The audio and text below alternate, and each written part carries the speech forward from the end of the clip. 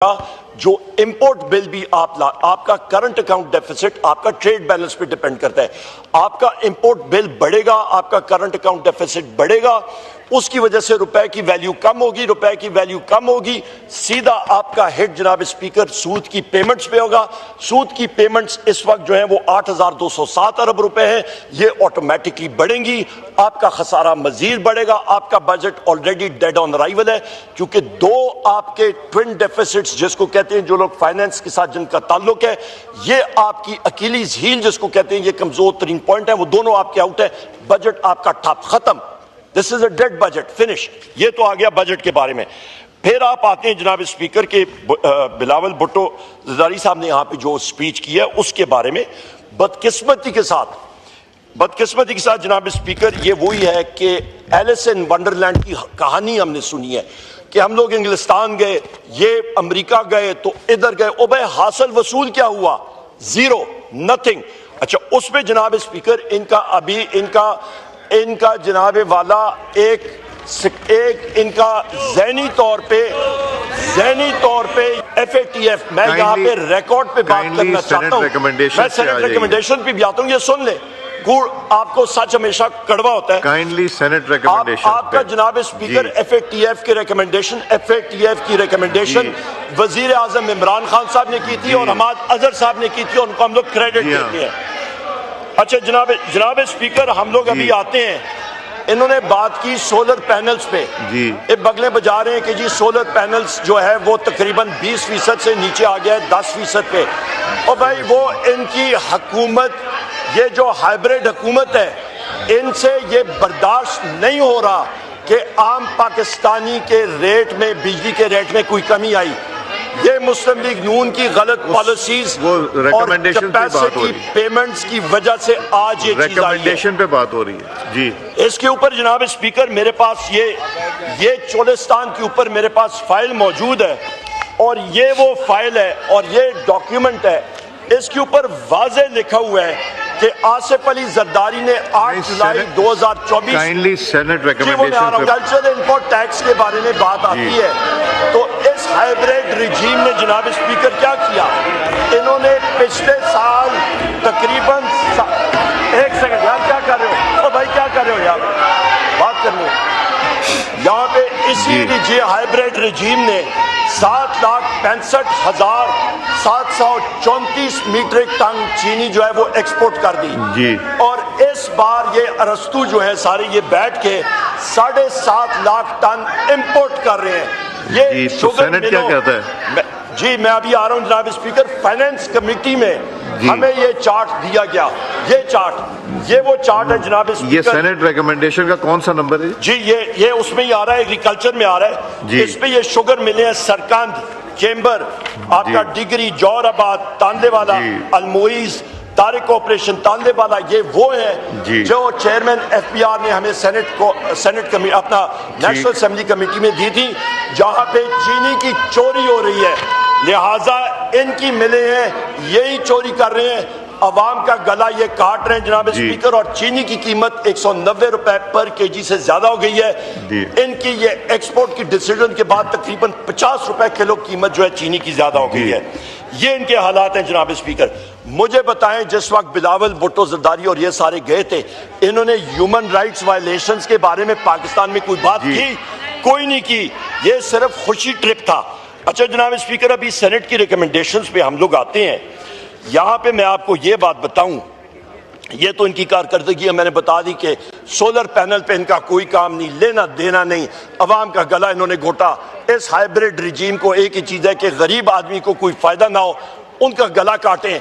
आपकी purchasing power हमारे time से 10 अप्रैल 2022 से अभी तक तकरीबन आपका परचेजिंग पावर जो है वो 1 लाख रुपए उस वक्त कमाता था, आज वो 45,000 कमा रहा है। हर एक चीज की कीमत अशिया खुर्दनोश की चली गई है ऊपर। फिर जनाब स्पीकर, ये senate recommendation amendment of clause 5 में आपको बताता हूं। जनाब स्पीकर, आप पूछ रहे थे, आपकी तवज्जो मुझे चाहिए होगी। जनाब स्पीकर, आपकी तवज्जो चाहिए होगी, आप सेनेट रिकमेंडेशंस का कह रहे थे, तो यहाँ पे ये हाइब्रिड रिजीम, इनसे ये बर्दाश्त नहीं होता कि आपका मेहनत का शख्स कोई कमाई 2 पैसे कमा ले, तो लिहाजा इन्होंने लिमिट क्या कि ये कोरियर्स की जिसके ऊपर ये टैक्सेस एक्सेट्रा लगा देंगे, वो लिमिट 5,000 से उठा के इन्होंने नीचे कर दिया 500 रुपए।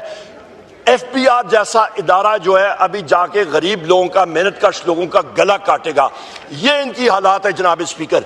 यहाँ पे मेरे साथी ऊपर बैठे हुए हैं प्रेस इलेक्ट्रॉनिक मीडिया के, अभी थोड़ी देर बाद 4 बजे इन्होंने वॉकआउट भी करना है। जंग ग्रुप जो मीडिया ग्रुप है, जिनके मालिकान अरबोपति हैं, जिनको टैक्स छूटें मिली हुई हैं, उनके बहुत सारे लोगों को, मुलाजमीन को उन्होंने एक जुम्बश कलम से बरतरफ कर दिया। हम लोग उसको कंडेम करते हैं। इस महंगाई के दौर में हमारे इन साथियों को जो है उनको उन्होंने छुरी उनके गले में फेरी, हम लोग इसको कंडेम करते हैं। या आपने किसी के ऊपर या मुलाजमीन को बाहर निकालना है, सबसे पहले वो रकम आप वसूली करें उनके मालिकान को। कैसे? जो अरबों रुपए ये हाइब्रिड रिजीम उनको बड़े बड़े एड्स के लिए देती है, उसमें से टैक्स वसूली करके इन हमारे मेहनतकश भाइयों और बहनों को दें। नंबर 2 जनाब स्पीकर, आप एफबीआर जैसे इदारे को आप उसको अलाउ कर रहे हैं कि वो लोगों को अरेस्ट करे अंडर सेक्शन 37A। वो ड्रैकोनियन कवानीन जो यहाँ पे हमने फाइनेंस कमेटी में भी डिस्कस किए, यहाँ पे फ्लोर ऑफ द हाउस पे मैंने उसको हाईलाइट किया अपनी स्पीच में। और वो कवानीन ये जनाब स्पीकर, मेरी पेशन गोई याद रखें, अभी भी इस फॉर्म में भी ये जितने यहाँ पे मेंबरान हैं, ये बात याद रखिए, सारों को हथकड़ी लगेगी। क्यों? क्योंकि ये एक टूल इस्तेमाल होगा इस हाइब्रिड रिजीम का, जो कि इनको उठा के हथकड़ियां डाल रही होगी। इस चीज में जनाब स्पीकर क्या होगा? इस चीज में ये होगा, ये सेल्स टैक्स और इनकम टैक्स दोनों में एप्लीकेबल है। और ये आपका ये पेज 2 है, amendment of clause 5 and clause 5 जो सेनेट से आया है उसके लिए। इसमें जनाब स्पीकर सबसे बड़ी चीज ये है कि आपकी जो अथॉरिटी है आपकी एफबीआर की, वो ही साफ नहीं है, और ये इन चीजों को आपके जनाब स्पीकर मिसयूज करेगी और लोगों को खराब करेगी। इसके बाद जनाब स्पीकर मैं यहाँ पे आता हूँ कि हमारे जितने ये रिकमेंडेशंस अभी हम साथियों ने दी हैं और मेरे बाकी भी साथी इसको कवर करेंगे, उसमें एक चीज वाजे होती है जनाब स्पीकर कि ये गवर्नमेंट अपना मुर्दा बजट ये उसको उसका नमाज जनाजा पढ़ा गया है, उसको दफना दे। और आखिर में ये मैं बात करूंगा कि बिलावल भुट्टो ने बड़ी बातें बुलंद दावे भी किए। मैं सिर्फ 2-3 सवालात मेरे यहाँ पे जनाब स्पीकर मौजूद हैं कि पूरे इस रिजीम से एक जनाब स्पीकर आपका इंडस वाटर ट्रीटी के हवाले से मैं बहुत जरूरी बात करूंगा। काइंडली रिस्ट्रिक्ट योरसेल्फ जी, मैं उसी बिकॉज़ अभी बाकी आपके दो मेंबर और हैं जिन्होंने बात करनी है, फिर वो रह जाएंगे। सर आंखों पे जनाब स्पीकर बहुत जरूरी है। वो आपने बजट तकरीर में वो बात करनी जी, सेनेट रिकमेंडेशंस पे जो दो मैंने सेनेट रिकमेंडेशंस पे आखिरी 2 पॉइंट में आपसे कह के फिर इजाजत दूंगा। जनाब स्पीकर एक बहुत जरूरी चीज यह है कि रिकॉर्ड हमेशा स्ट्रेट होना चाहिए।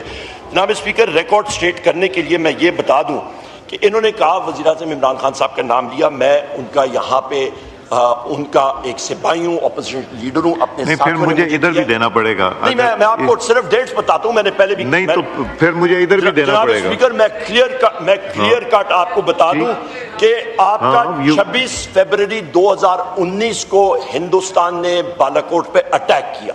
26 फरवरी 2019 जनाब स्पीकर, आपका 19 फरवरी 2019 को वजीर आजम इमरान खान साहब ने कौम से खिताब किया।